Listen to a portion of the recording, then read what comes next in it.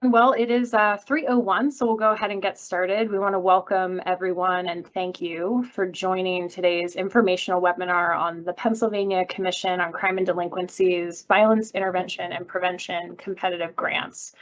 My name is Samantha Cook, and I serve as Senior Project Manager within the Executive Director's Office here at PCCD. I'm also joined today by several other PCCD team members who will be supporting today's webinar, including members of our executive, program, and fiscal staff. So I will let them unmute themselves and introduce themselves briefly at this time. Chris, you want to kick us off? Thanks, Sam. Good afternoon, everyone. My name is Chris Epica, and I'm the Deputy Director of our Office of Financial Management and Administration.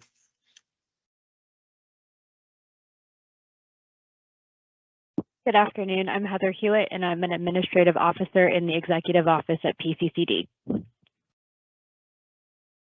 Hi, I'm Alyssa Subsinski. I'm a Project Coordinator at PCCD. I think that's all of us, so I will send it back to Sam. All right, thanks so much, everyone. All right, so first up, before we begin, just a couple of housekeeping rules and a few reminders, as is standard practice with virtual events these days.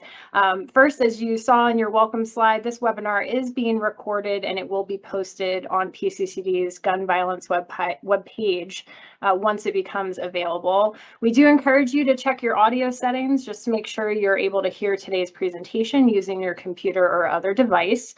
Just note that we cannot hear you. However, you will be able to submit questions through the Q&A feature in the live event settings.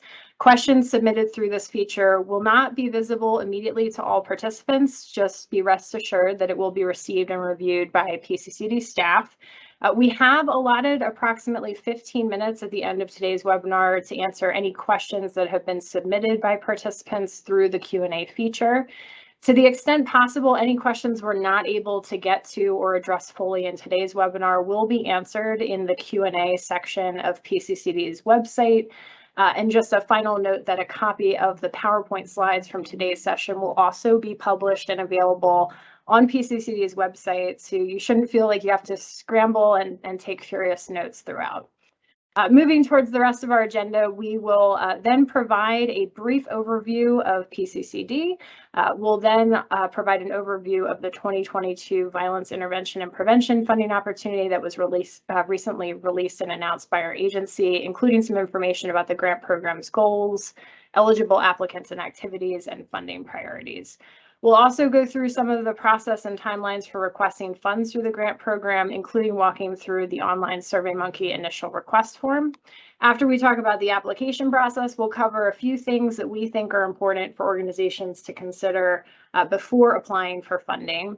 And finally, as we noted, we are going to reserve some time at the end for your questions. So again, encourage you to submit those as they come to mind as we get to that portion of the agenda. So with that roadmap ahead of us, we will go ahead and get started. So wanted to start a little bit with some information about our agency for folks who may be less familiar with us. The Pennsylvania Commission on Crime and Delinquency, or PCCD, as we are more commonly known, was established in 1978 through Pennsylvania state law, and we serve as the Commonwealth's justice planning and policymaking agency. Our mission is to enhance the quality, coordination, and planning within the criminal and juvenile justice systems to facilitate delivery of services to victims of crime and to increase the safety of our communities. We're a relatively small state agency housed within the executive office with about 100 employees working across 4 different offices.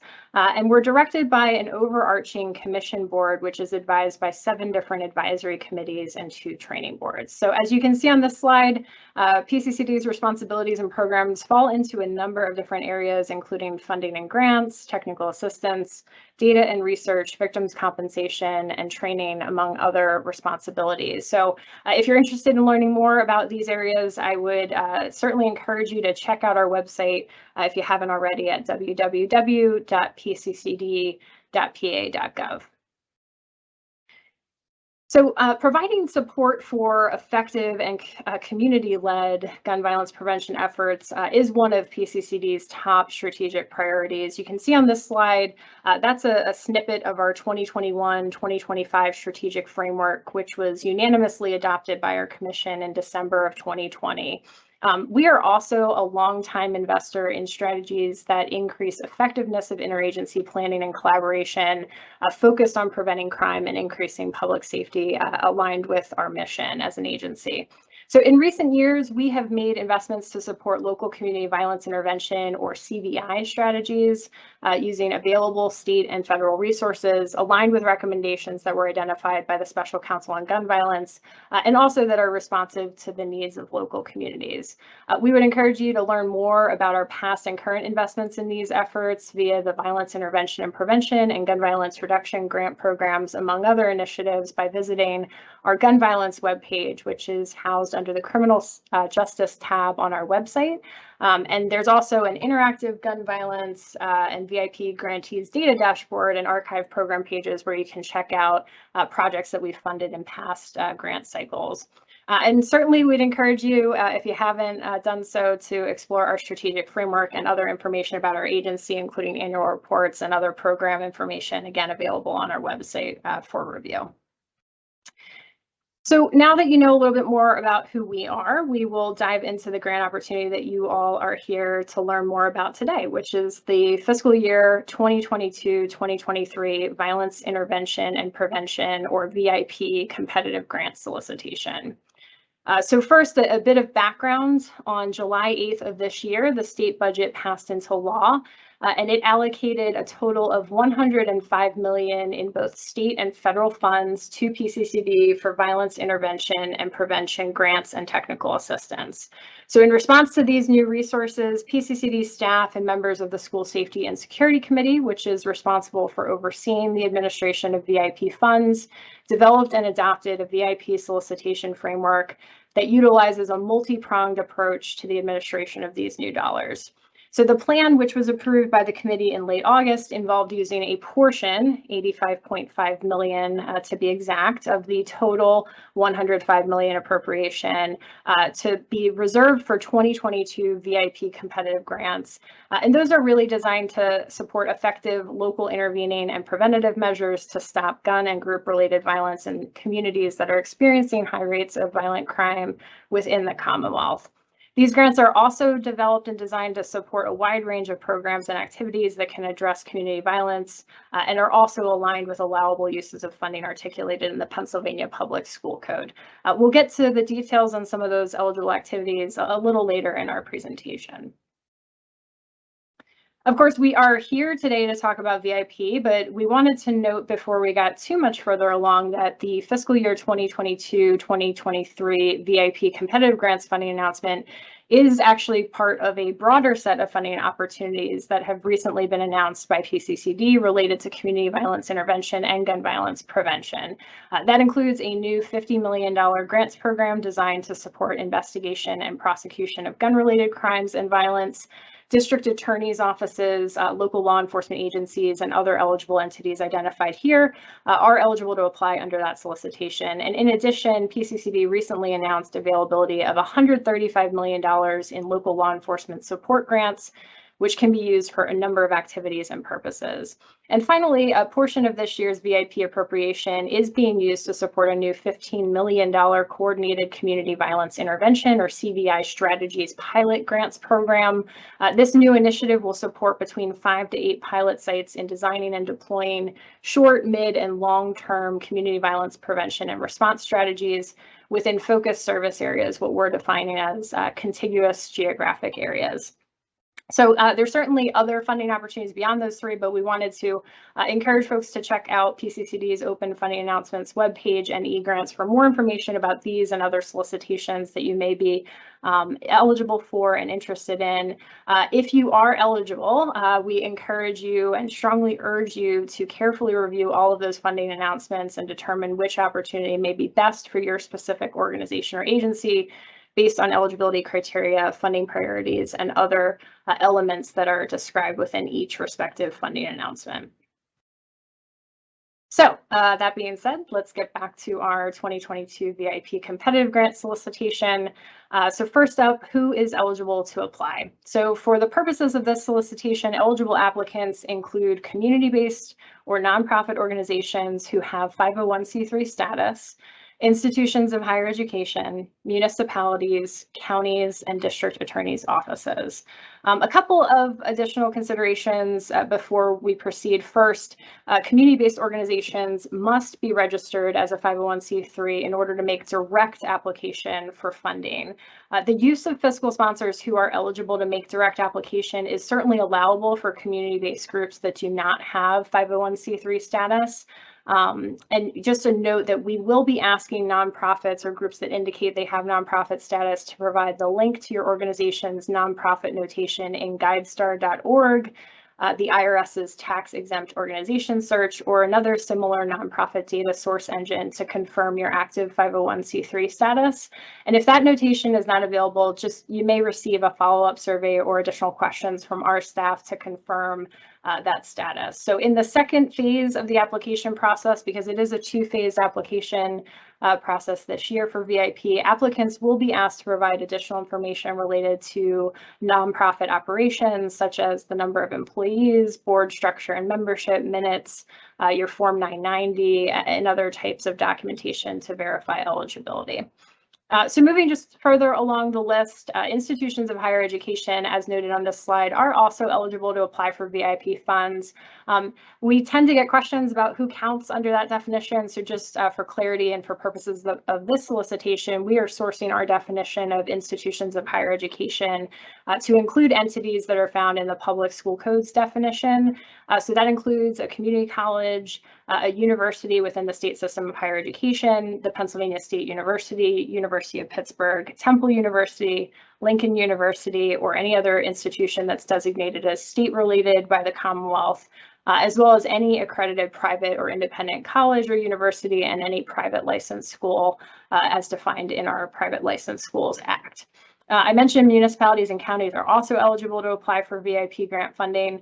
That feels fairly straightforward, but wanted to also note that district attorneys' offices are eligible to submit an initial funding request, but just know that if an office is invited to create an e-grants application, our standard practice at PCCD would be to expect that the county would ultimately make the e-grants application on their behalf. And last but certainly not least, as noted on this slide, for-profit businesses and other for-profit entities are not eligible applicants for VIP funds. Would certainly encourage you, if you haven't done so already, to review carefully the VIP funding announcement document posted on PCCD's website. That provides important information regarding applicant eligibility and application procedures.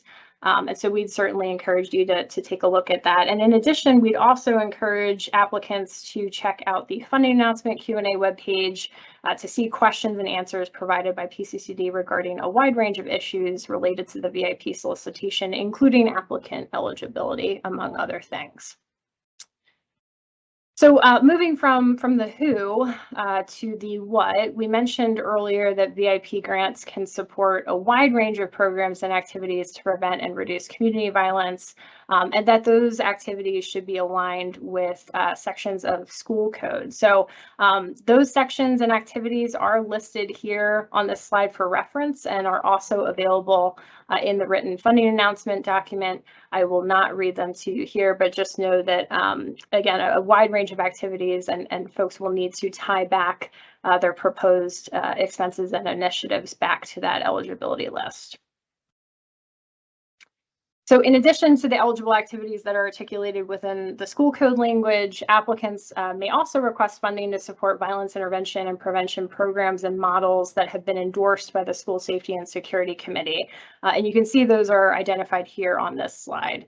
So those models include approaches that were eligible under last year's 2021 VIP grants programs, such as Safe Passages and Safe Routes programs, wraparound services and supports, pre-release and reentry programs, as well as a couple of new and updated areas that we wanted to highlight here today. So that includes adding an emphasis on allowability of school-based violence interrupters and outreach workers as part of the street outreach and violence interruption category.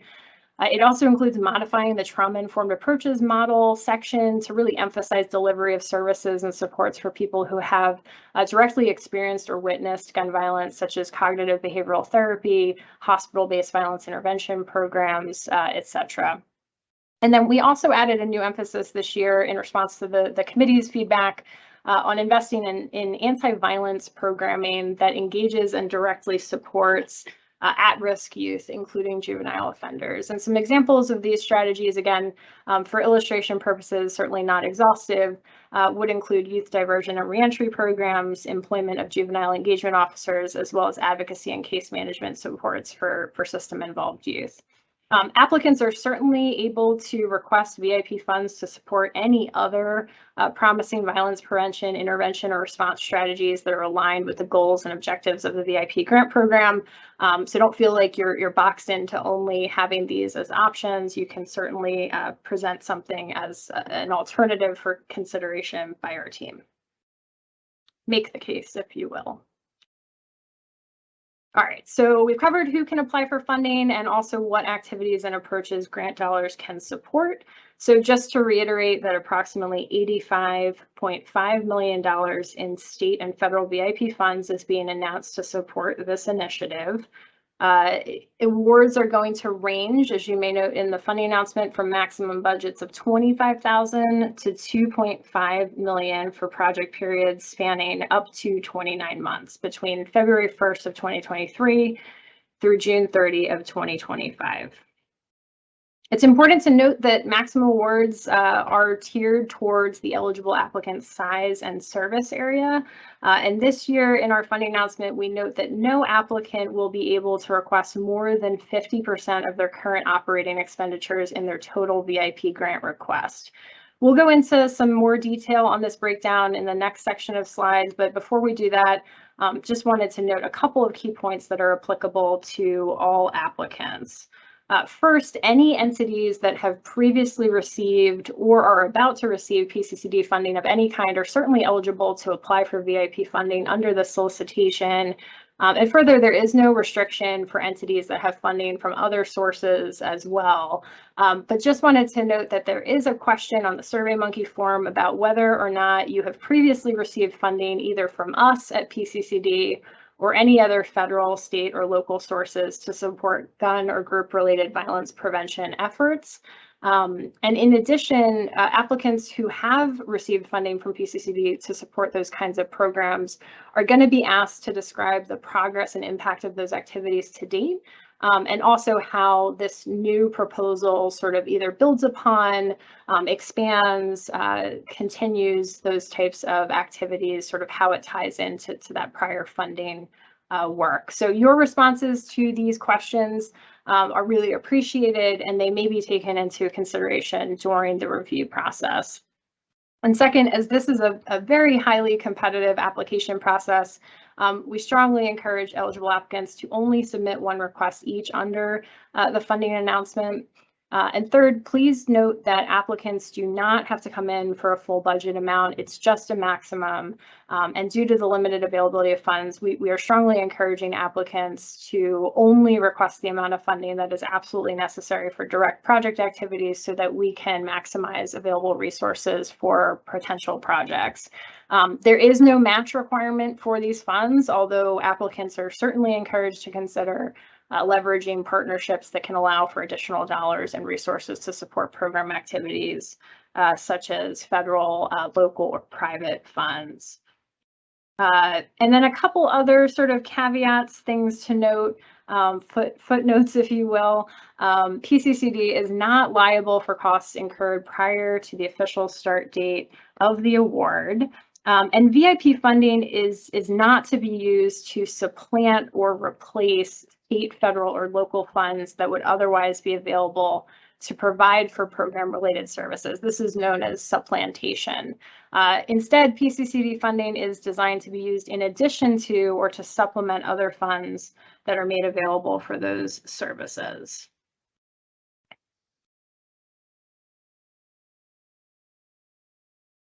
So as I mentioned before, maximum award amounts under VIP this year are tiered toward the eligible applicant's size and service area, to determine how much your organization or agency can request in VIP grant funds. Please refer to your organization's expenditures for the period of July 1, 2021 through June 30, 2022. You can see on pages 2 through 3 of the VIP funding announcement, that includes a listing of organization categories and some examples of ranges that different sized organizations should reference as they develop their funding request. And again, no applicant is allowed to request more than 50% of their organization or agency current operating budget, defined as that total expenditures for that year for the total proposed project period under VIP. So just as an example, for illustration purposes, an organization whose current operating budget is $250,000 could request up to $125,000 total in VIP competitive grant funds to support project activities over a 29-month period. So if you have $100,000 in total expenses, that would be a max of $50,000. You all can do the math from there. And I have to remind folks that since this is a competitive application process, it is on the applicant. It is the applicant's responsibility to provide accurate information and request the appropriate amount of funding within the initial funding request form. PCCD staff, as we indicated before, may reach out to applicants to request additional information, including documentation, just to verify eligibility and accuracy.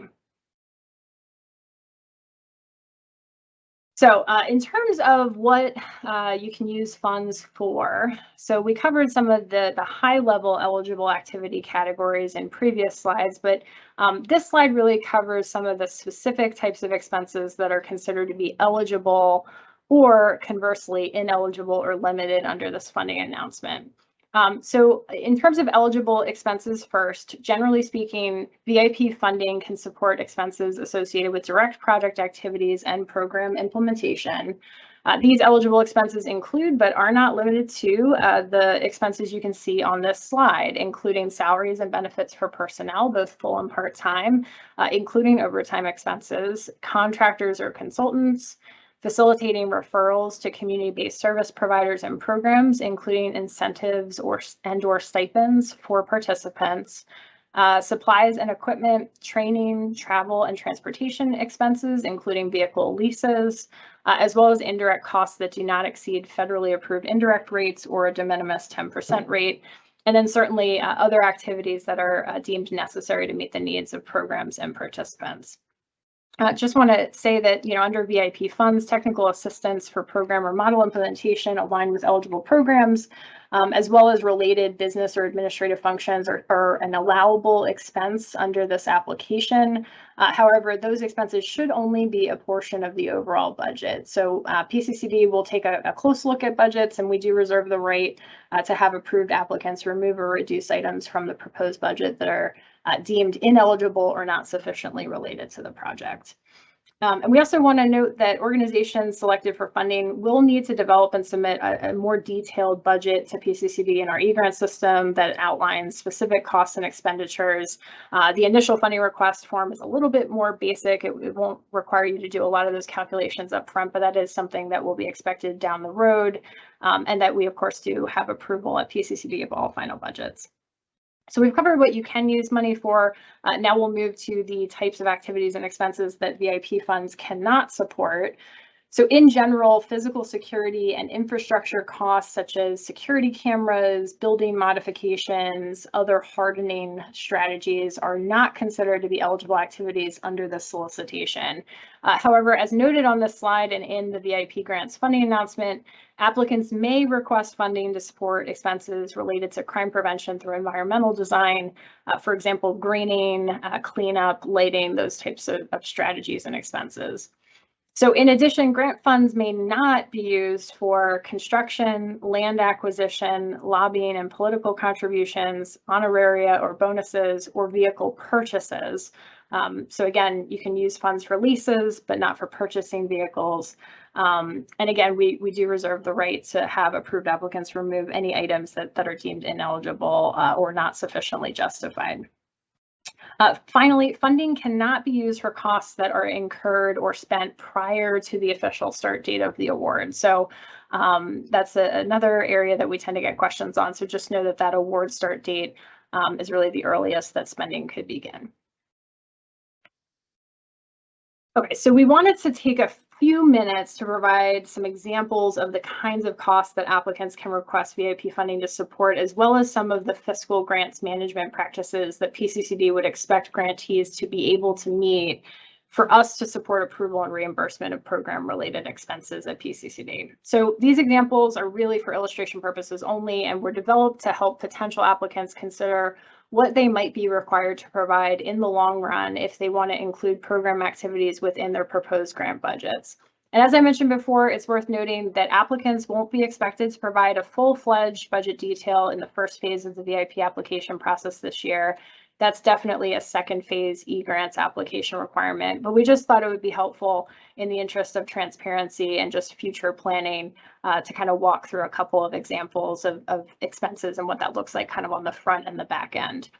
So our first example is training, which, as we mentioned, is an allowable use of funding under the 2022 VIP competitive grant solicitation. Just a couple of things to consider from sort of a PCCD quote unquote expectations perspective.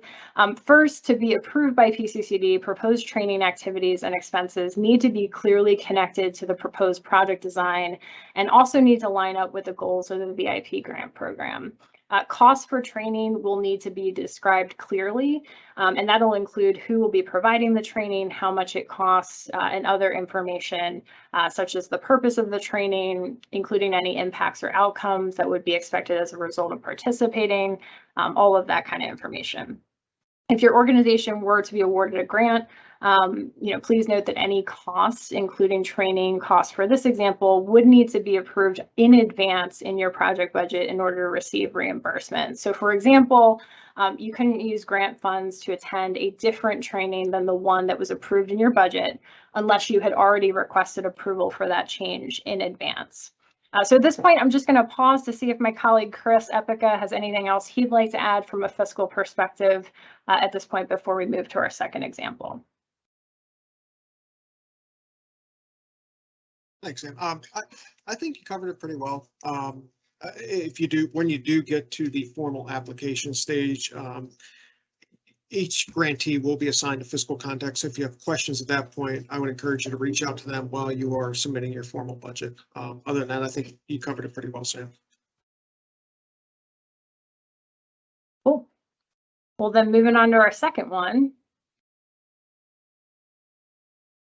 So our second example is participant stipends and similar incentives that are designed to facilitate referrals to community-based service providers or are designed to kind of access or complete other parts of programming. So these costs are allowable under the VIP grants funding guidelines because PCCD recognizes that offering things like meals, incentives, participant supports, all of those things can help increase participation among clients and individuals who are engaged in services.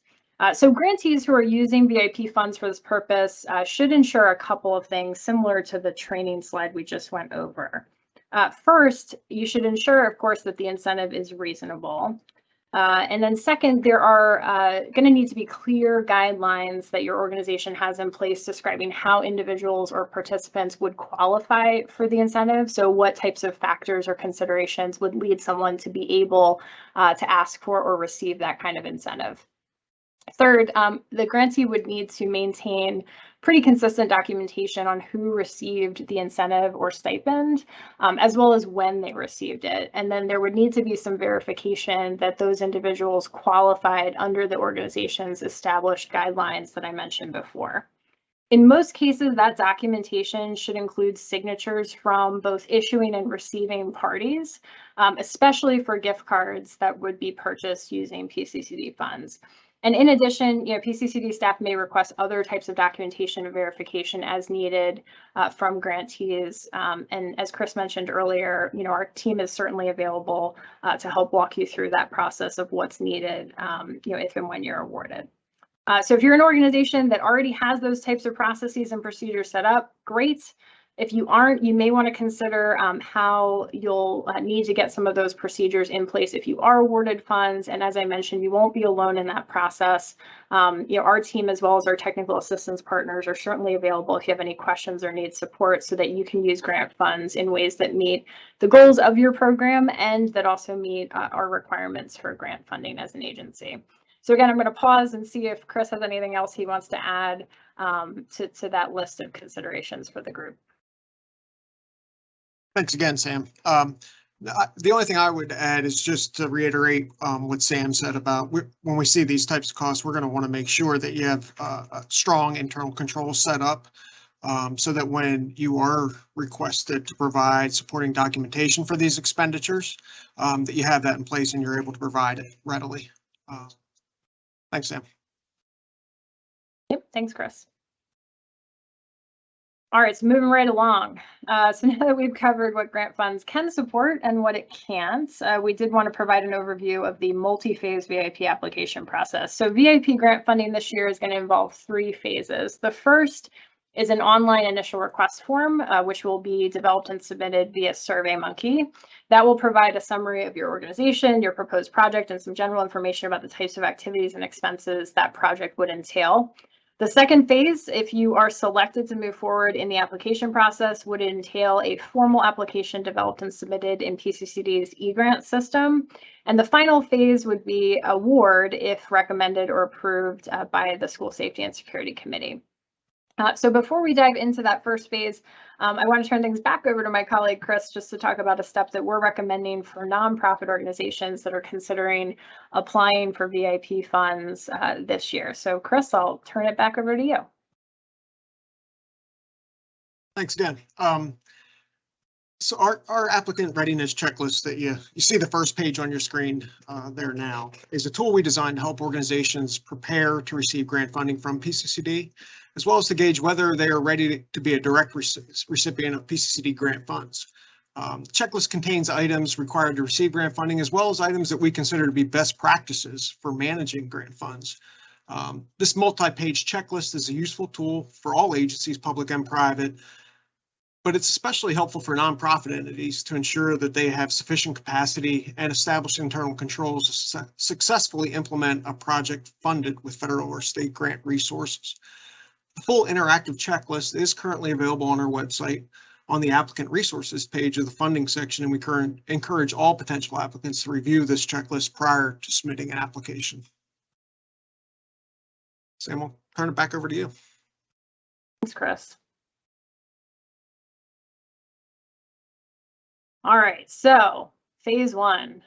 So eligible organizations who are interested should submit an initial request for VIP funds using that online Surveymonkey form that we mentioned before. So you can access the request form using the link that's shown on this slide. It's also linked on our website. It's linked in the funding announcement. It's linked all over the place. So, but if you need any help finding it, again, feel free to reach out.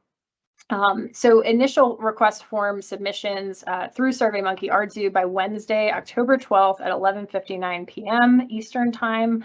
Applicants who are selected in the initial round of requests will then be asked to complete a formal application in eGrants. PCCD staff will certainly be available to provide technical support to organizations with that formal eGrants process if you are recommended to move forward in that phase. And then final recommendation of projects, as I mentioned before, will be made following the receipt and review of applications in eGrants.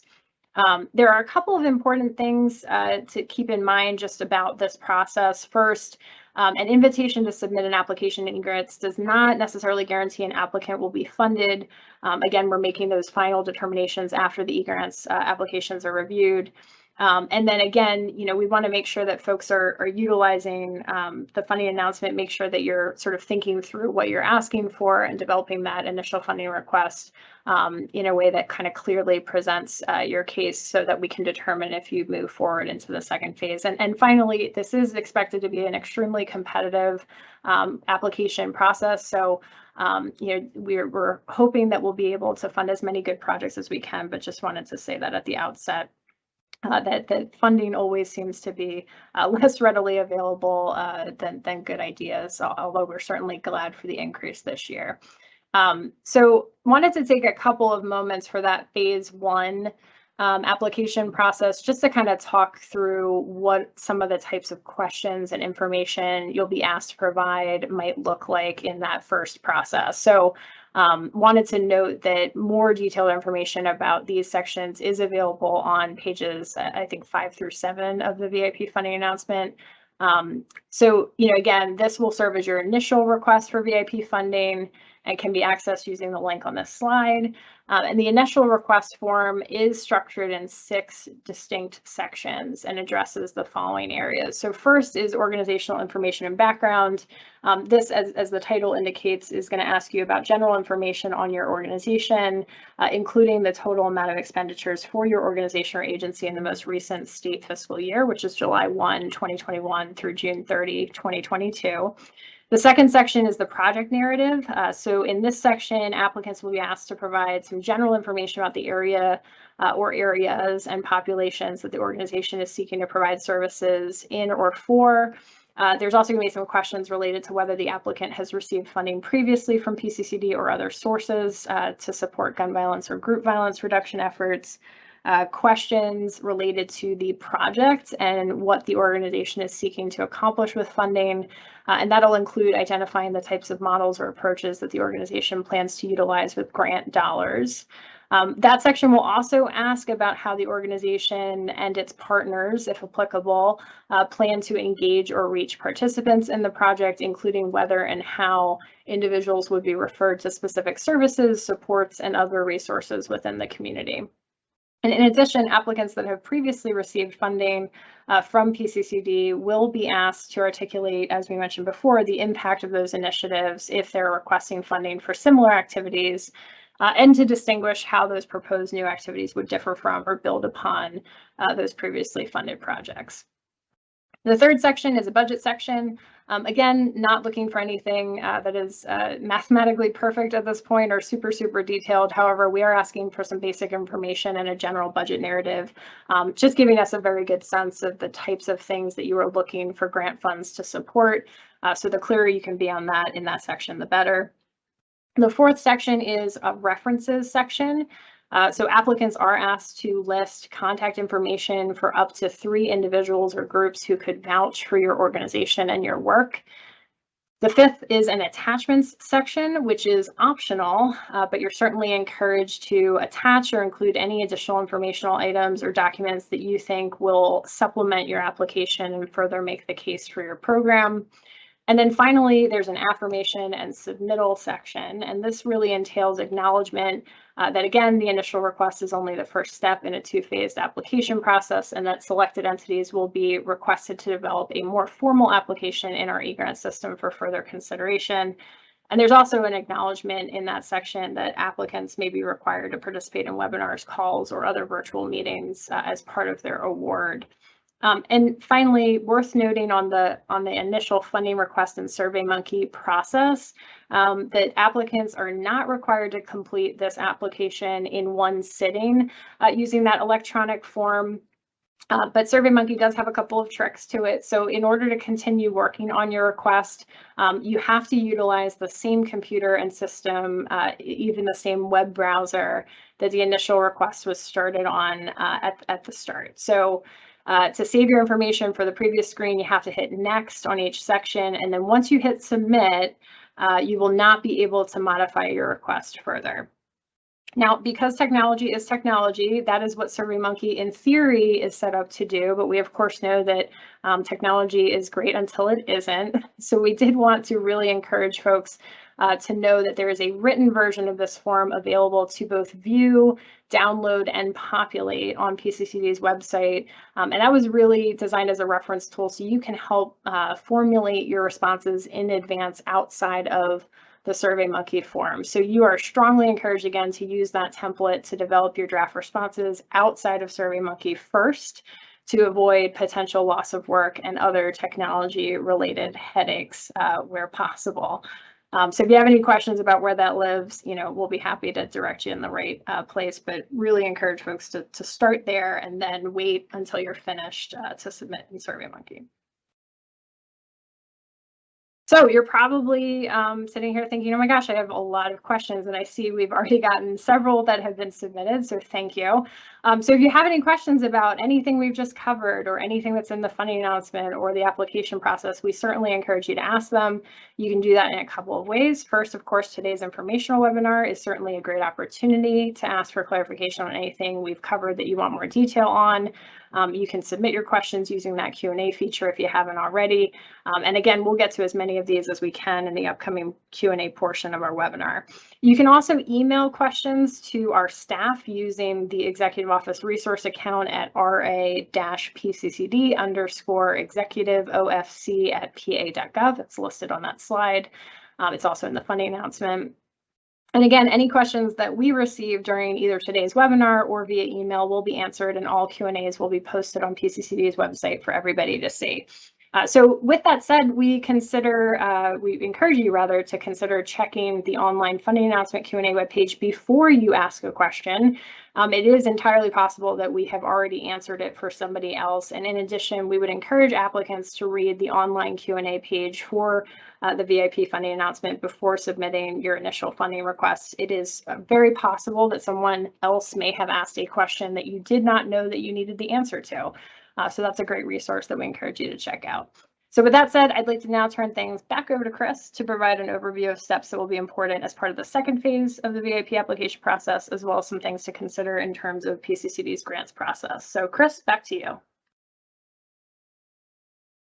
Thanks, Sam. As mentioned, as part of phase 2, you'll be asked to submit a formal application in PCCD's e-grant system. Sam, if you could just forward the PowerPoint, please. Thank you. So, as I said, you'll be asked to submit a formal application in PCCD's e-grant system, and this is more detailed. You'll be asked to submit more detailed information programmatically and fiscally through our programmatic sections and our budget detail section within e-grants. In order to do that, you'll have to register in our system. Your agency will have to be registered, as well as multiple users will have to register in our e-grant system to be able to submit that application. Also, every agency that received grant funds from any Commonwealth agency has to be registered as a non-procurement vendor in the Commonwealth's vendor management system. And as part of that registration, you'll have to establish banking details, which will facilitate payments that we'll make via electronic funds transfer via ACH.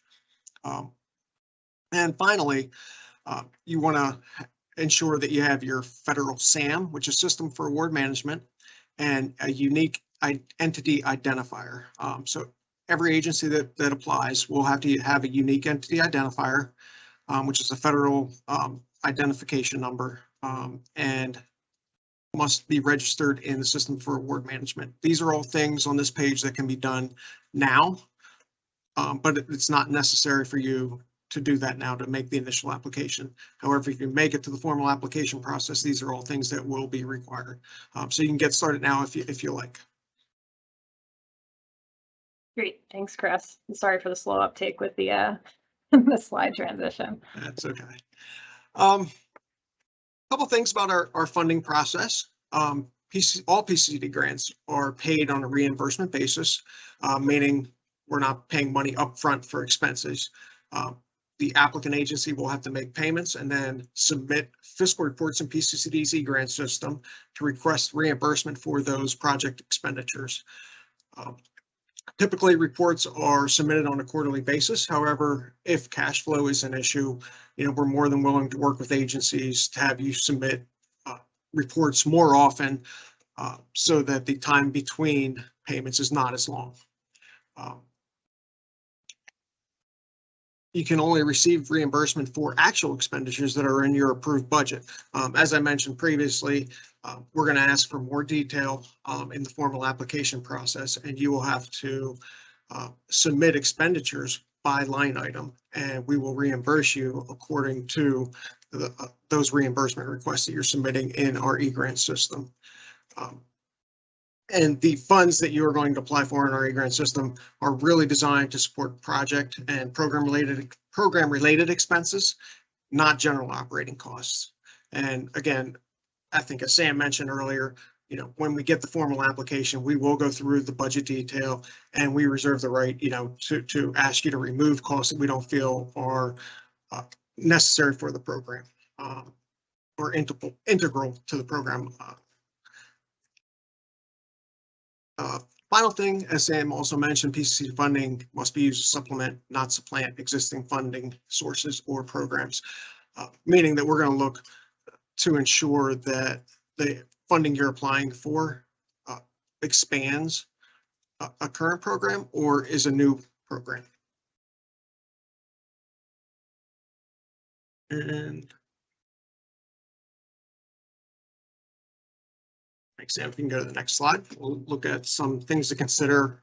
And all these have been mentioned previously. All grantees will be expected to keep track of and report on project activities and expenditures via quarterly program fiscal reports in eGrants.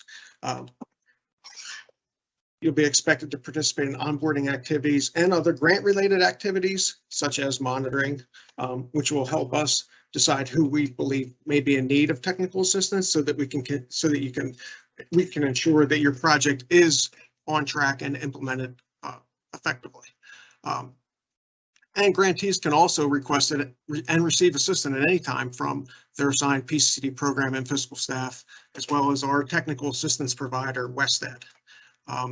So those supports will be available should you be invited to apply through PCCD's eGrant system and submit a formal application. At this point, I'll turn it back over to Sam. Thanks so much, Chris. All right, so we're in the home stretch, folks, about to open up the Q&A, and I see we've got lots of good questions that have been coming in. So wanted to take a minute or two to talk through timeline.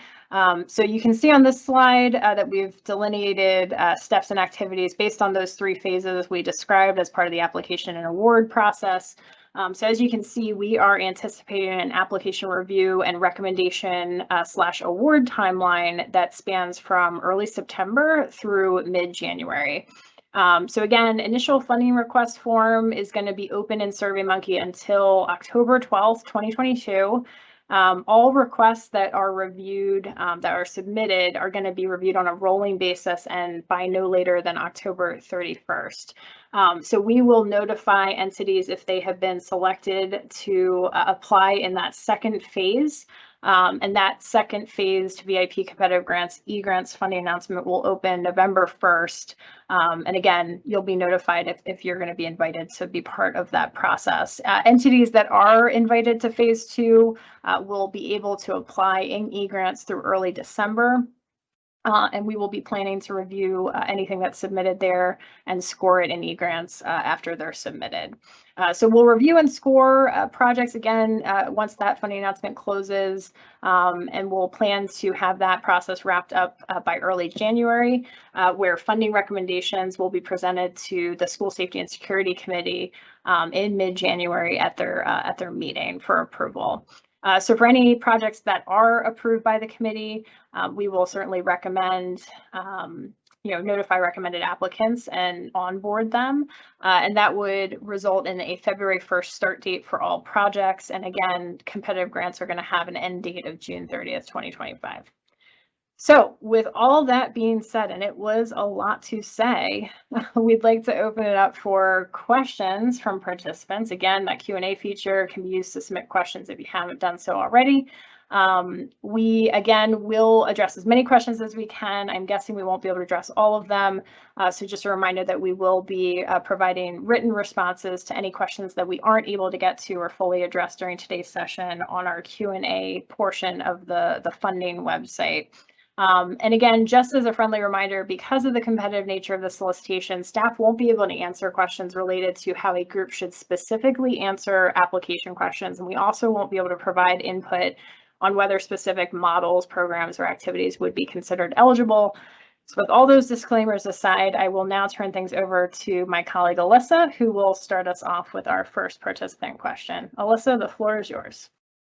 Hi, everyone. So a lot of these first questions are going to be for Sam. So we'll get started with these. So if they are a current grantee through PCCD VIP funds from December 2021, are they still eligible to apply if they apply with a different program? Yeah, anybody is able to apply, even if you've gotten a grant from us before. Just make sure that in the application you are describing that you have gotten funding from us, and again, describe how that project is going and how the proposed initiative is similar or built on that or is different. So just make sure that you're filling that information out as best you can. Awesome, thank you. And then there's two questions about eligibility of organizations. One, are public schools eligible? And two, are music, art, creative interventions that address trauma for gun violence eligible to apply? Yeah, so starting with the first one for school districts, we've actually gotten this question already. So if you look on that funding announcement Q&A webpage, you'll see that a lot of the questions we've gotten so far are on applicant eligibility, including school districts and other K-12 educational institutions. And what you'll see if you go there is that, again, school districts were not included. If you think back to that eligible applicants list that came from statutory language, that they're not in there. So school districts will not be able to make direct application for funds. However, they certainly would be able to be the recipient of proposed services within a given project, and they are also able to be written in as a proposed subrecipient from an eligible applicant within the project budget. So if you have any questions about kind of what that looks like, again, you won't be able to make direct application, but you could certainly be woven into somebody else's proposal who is able to make direct application as an eligible applicant. That's a mouthful. For the second question, I want to say that leans more towards prescribing on kind of certain activities. So I would say that if that individual can maybe submit that question to our resource account, we can provide a better response offline potentially. But just need to think through that response a little bit further. But we certainly recognize, just globally speaking, that the arts and similar types of programs really are important. And we did fund a number of initiatives last year that sort of sit at the intersection of violence prevention and those types of activities. So more to come, but that's my general reaction at this point. Okay, and during the application phase, are they able to pick more than one project description or model type, like anti-violence programming, street outreach? Can they pick more than one? I believe it is restricted to one, with the goal of having you select the one that's most applicable, although we certainly recognize that for a lot of projects, it's going to run the gamut of multiple types of components. So what I would say is pick the one you think is best representative of what your group is trying to do with grant funds. And then you can certainly describe in either the comments box or other parts of the application sort of other categories or things that you think would be fulfilled using the proposed grant project's activities. Okay. And then I have another question for you, Sam. So the eGrants application that comes after Surveymonkey, if they're selected, do you have a time frame on when that will be due? That's been asked a couple of times, so I wanted to address it. Yeah, haven't pinned it down precisely, but we're thinking early in December, as I mentioned before. So we want to give folks probably at least 4 to 5 weeks to do that work in eGrants. Again, we're aiming for recommendations to get to our School Safety and Security Committee when they meet in the middle of January. So we also wanted to be mindful to have enough time to give a sufficient review period for folks who will be scoring applications. So again, we'll notify you with the final eGrants deadline if your organization is invited to make that application, at least on or before October 31st. Okay, and then I do have some budget questions and some eGrants questions more related to Chris. So Chris, if you don't mind answering. So for a sponsor, for a private organization, a county is able to sponsor them as long as they are a 501c3, correct? Yeah, county or non-profit 501c3 can apply and then partner with or have a for-profit as a contractor. Yes. Okay, and then for expenditures, they have to already be accrued. They can't be projected for 2023, 2025, correct? Right. The guideline was your expenditures for July 1, 21 through June 30, 2022 to determine how much you can apply for in this funding announcement. Okay, and then we have a couple questions about reimbursement, what that model looks like for us. Do you have a approximate turnaround time or what that process looks like from their end? I would say generally, from the time a financial report is submitted, we review it and approve it. We initiate a payment. It takes about 30 days from that point in time. Okay, perfect. And then I know we're running out of time, so I'm going to ask a few more questions, but does the VIP program, if they are selected, does it have to be operational for the full amount, for the full length of time of the grant, or are they able to have it shorter? Yeah, I would say once you submit the formal application, if you need a different project period than what was suggested in the funding announcement, that's something we can certainly work with that organization on. Yeah, and I'll just add from a program perspective, that's totally allowable. It's up to 29 months. So if you're thinking of something that's more a year or less than 29 months, that's okay. It's just up to 29 months as the max. Okay, and then this question's more for Sam. So will information be provided on the review process, specifically on what will be prioritized for funding, what the review process will look like? And if they aren't selected, will there be some sort of reconciliation communication? Yeah, so in developing the formal funding announcement for that second phase, there will be additional information about the review criteria provided within that formal funding announcement. So more information to come. We talked about the timeline. I'll just tick back to that slide super quickly in case it's helpful for reference. So as you can see here, we will be notifying folks who are recommended and approved by the School Safety and Security Committee when they meet in mid-January. Again, that meeting is kind of TBD at this point, but we'll notify folks who were approved. We will also obviously notify folks who were not approved by the committee. And that notification will be at all stages of the process. So we'll notify you if you're selected for phase 2, and we'll also notify you if you are recommended for award in phase 3 and if you aren't. Okay, perfect. And then a question about VIP and CVI applications. Are they able to apply for both, or do they have to select just one? Yeah, so you'll see in both of those funding announcements, there's a little disclaimer, right, about if you're coming in under multiple funding announcements, you're not prohibited from coming in under both. Rather, we are asking you to disclose any other applications that you're submitting within any and each of the applications that you end up submitting to PCCD. So our biggest thing there is, we really want to make sure that they're for separate activities and different activities. So you're not coming in under both funding announcements for exactly the same project. And again, that we're kind of making reviewers aware that you have another request kind of pending in a different funding announcement. So more information on the funding announcement will help you with that one, but that's the general overview. And a little bit more on the application process. Are they able to submit more than one Surveymonkey request if they have more than one project idea, even if it means that only one program or project would be approved and funded? Are they able to submit more than one idea? Yeah, so as I mentioned before, we are asking that folks only submit one application directly as a direct applicant under this funding announcement. And actually, in the Surveymonkey funding announcement, you'll see that we actually indicate we're going to look at whatever the last thing is that your organization submitted. So if you submit multiple requests, whether it's because Surveymonkey kind of kicked you out at one point and you weren't able to re-access it, which we know has happened in prior funding announcement releases, or because you're submitting for multiple things, our policy is going to be to look at whatever the latest thing was that you submitted and consider that to be the one and only and final proposal that you are asking for funding for. So again, it doesn't restrict you from submitting for another funding announcement and this one, but you are restricted to one application under this funding announcement. Okay. I think we have time for about one more question. Somebody asked, is there additional information on your website about previous awards and what their programs are?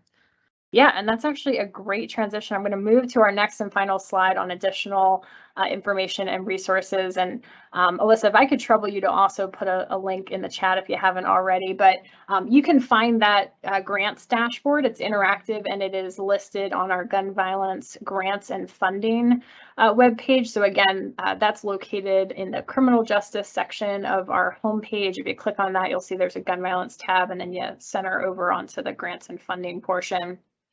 It's interactive. You can zoom in on different types of communities, on different project types. So that's all available there. And you can also see some archived information about past projects that we've supported there. So I think, we're right at 4 o'clock.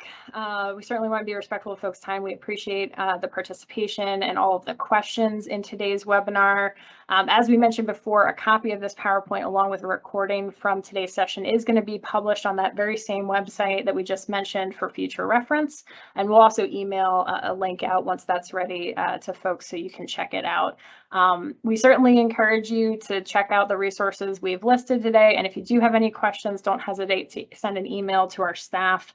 And again, be sure to check out that funding announcement Q&A webpage through October 11th, 2022, which is the day before initial funding requests are due. So all that being said, thank you so much.